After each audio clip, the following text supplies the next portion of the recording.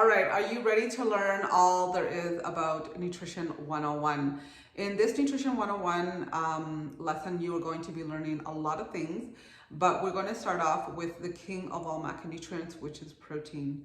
Protein is super, super important because it's going to help stabilize your blood sugars.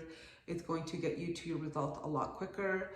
And being over the age of 35, women really need to focus on protein because this is what's going to help you from stop aging so quickly, right? If you're out buying night creams and anti-wrinkles and Botox and fillers, you need to focus on protein because this is one of the foods that are really going to internally change you and it's going to shine on the outside. So protein is absolutely important. And when it comes to protein, a lot of people are really confused about what is a protein. And protein is literally anything that comes from an animal source. That is the purest type of protein. Plant protein is not the same thing, and we will discuss that later. But when you want to talk about pure protein, it is an animal-based product. Now, if you're a vegan or you're a vegetarian, definitely plant protein is where you're going to need to go to. But you need to understand, as being a vegetarian or vegan, you are going to have to up your vegan protein powder because it is very difficult for you to be able to reach your goals with just legumes and beans or quinoa. It's just literally impossible. Or you're going to have to really up your tofu, tempeh, and seitan as long as you're not, sensitive to any type of wheat products with that seitan. Pure protein is really, really important because it's going to balance your blood sugars, like I said before. It's going to help you feel better. It's going to get you to your goals a lot quicker. And protein really helps support muscle growth, retention, and just maintenance. So when we start aging as women, we really start losing a lot of muscle tissue. And this muscle tissue is really vital to keep us young, to keep us strong, to keep us sharp. So there's only two ways of retaining that muscle, growing that muscle, or maintaining that muscle. And that is through eating enough protein and also to doing strength training. So a lot of questions I get is like, what is the minimum amount of protein that I can eat? Well, the minimum amount of protein that you should be eating is 0.8 grams per desired body weight. But that's still not optimal, I believe, for most women. So for most women, you should really focus on what is your optimal weight. And say, for example, if your optimal weight is 120 pounds, your minimum amount of grams of protein should be 120 grams. So 1 gram per desired body weight. Now, if you're a person that really gets a lot of hunger very quickly, and that's not doing it for you, you may need to increase your protein maybe to 1.25 per desired body weight or 1.5. I do about 1.5 to 1.75. So it really depends on an individual base, but that's where you want to start off on. My programs are high protein and there's a reason for it. So when you start eating more protein, you're going to see that you're not hungry as much as often. Your cravings are really going to reduce. You're going to be sharper. You're going to feel more energized. And all of those sugar cravings that you have, the chocolate cravings that you have, are literally going to start disappearing slowly. So this is my pep talk to you about protein, and then please look at all the information that I have below about protein and how it's going to help you. Let's talk about carbs. What are carbs? Well, carbs fall into many different categories, and carbs are pretty much anything that grows from a plant. Okay, so that's kind of how you want to think about carbohydrates. So carbohydrates fall into leafy greens. They fall into starches, which is like grains, pastas, breads, legumes, beans, right? And then you have the other type of carbs, which fall into the fruit category.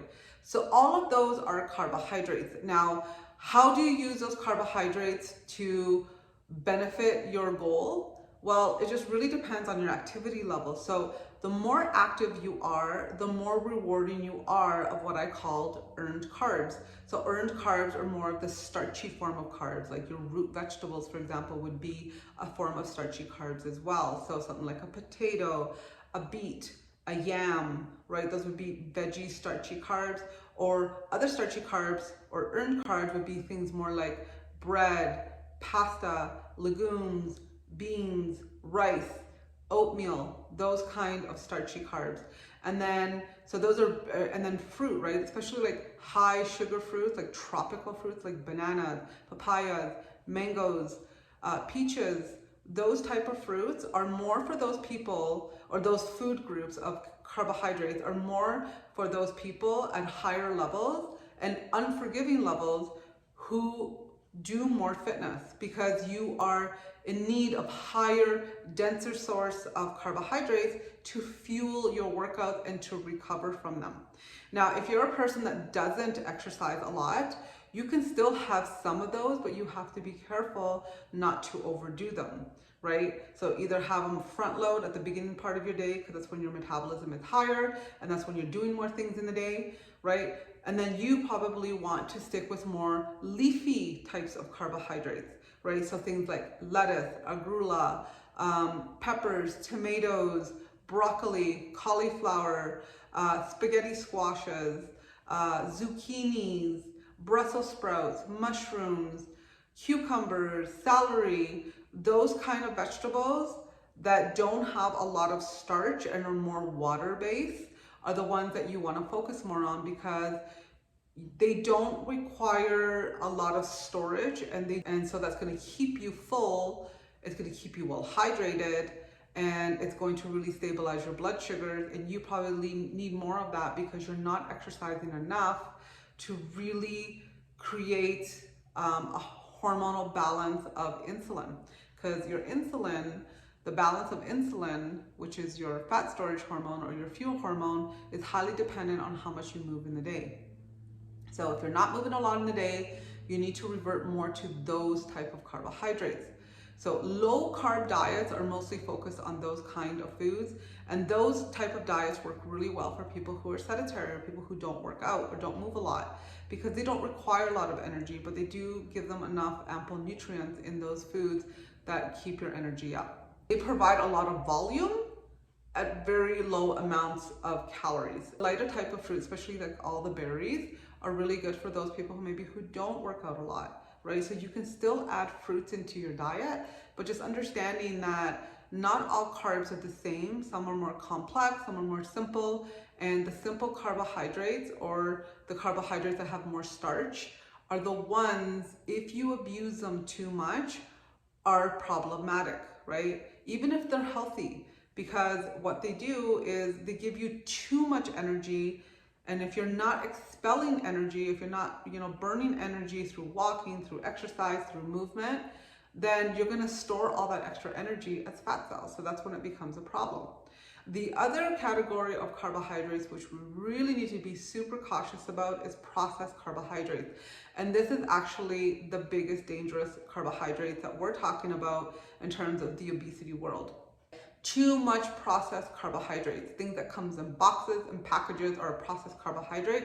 Snacks and easy foods are usually carbohydrate processed foods. So you really, really want to stay away from those chips, the cookies, the candy bars, even like a lot of protein bars are very highly processed, and usually a Snickers bar is healthier than a lot of those protein bars.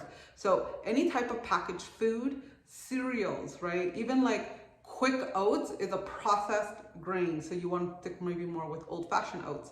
So watching those type of carbohydrates, the processed carbohydrates that are high in sugar, high in fat, high in trans fats, overly processed, quickly digested and stored as body fats, are the ones that you want to avoid as much as possible.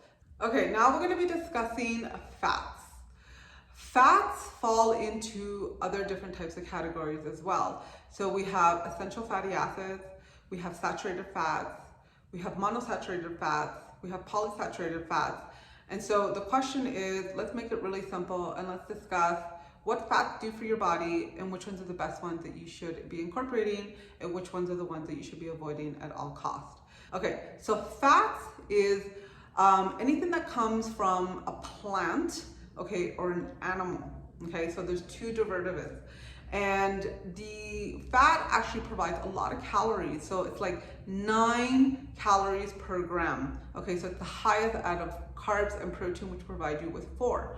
So because fat is such a dense calorie, you really want to be careful with it. And you don't want to just like randomly throw any fat, because if you're going to be spending a lot of money, because it's a lot of calories, in fats, why not buy the finest kind, and why not put the finest kind in your body? That's the way I like to look at fats.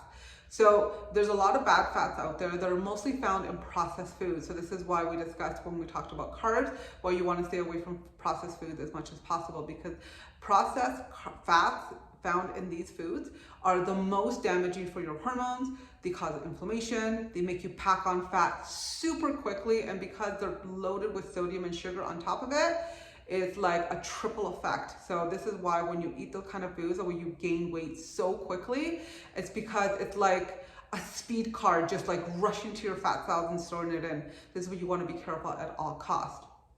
Things like fried food are the one things that you really need to avoid too as much as possible. So if you love that like crunchy texture, try to get yourself an air fryer. We make so many different types of recipes. I love my air fryer. Seed oil fats. So oils that we have been using over and over again, and then you find in so many restaurants, which is why I personally don't eat out a lot, because I know the food industry, what it's like. I used to own a restaurant. I know what we do to people's foods, because our bottom line is cost, right? Cost and profit. We're really not focusing on your health. We're just focusing on what is our bottom margin when we used to own a restaurant and those restaurant owners. So a lot of cheap oils are used over and over again, and they become very toxic to your body. And some of the oils that are used have a lot of solvents that cause a lot of hormonal disruptions.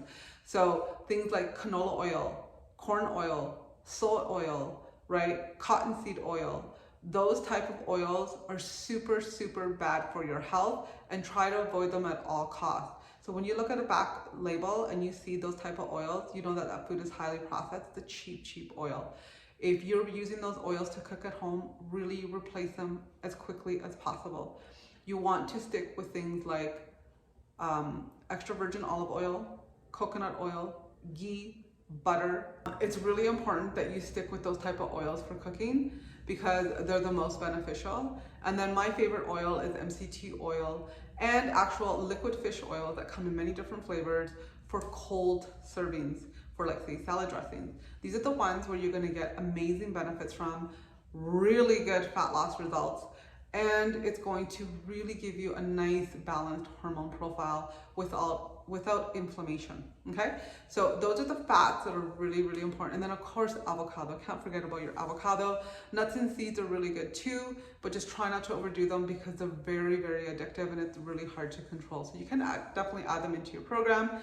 And you will see them in some of my meal plans, but we try not to overdo those. One more thing I want to add about fats is, when do you add them into your meals? Well, you have to understand that when you choose your protein, whether you choose lean protein or fatty source of protein, a lot of your fats could be coming straight from there. So if you're using a lot of fatty types sorts of protein or darker sources of protein, the majority of your fats are going to come from there, and you're probably not going to have a lot left over. But if you're using leaner sources, then this gives you a little bit more diversity of sprinkling some fats into your diet. And you can do it in many different ways. You can do it throughout all of your meals if that keeps you more satisfied. Or if you're a type of person that really doesn't eat carbs at night, like I don't really eat carbs at night, because my body just does better with carbs more front loaded, more at the beginning part of the day. So what I do is I make sure that I add most of my fats at night with my dinner. So for example, if I'm having salmon, which is high fat, really healthy fats, and then I have it with say asparagus and salad, and then some avocado, and then some MCT oil. So the majority of my fats are really like backloaded, usually towards the end of my meal. It helps me, it makes me feel good. I feel really satisfied and full. I don't have cravings for carbs, because the fat is so high dense in calories, it really just fills in that gap for me. So that is the best way of adding fats. So you have to kind of see how you fit best. I have a lot of clients that like a little bit of fats everywhere, and that works well for them. So just play it around and see how it works best for you. Or just follow the program that I've created for you. That really works best for most people too. Okay, so that is Nutrition 101, and hopefully you enjoyed this and learned a lot.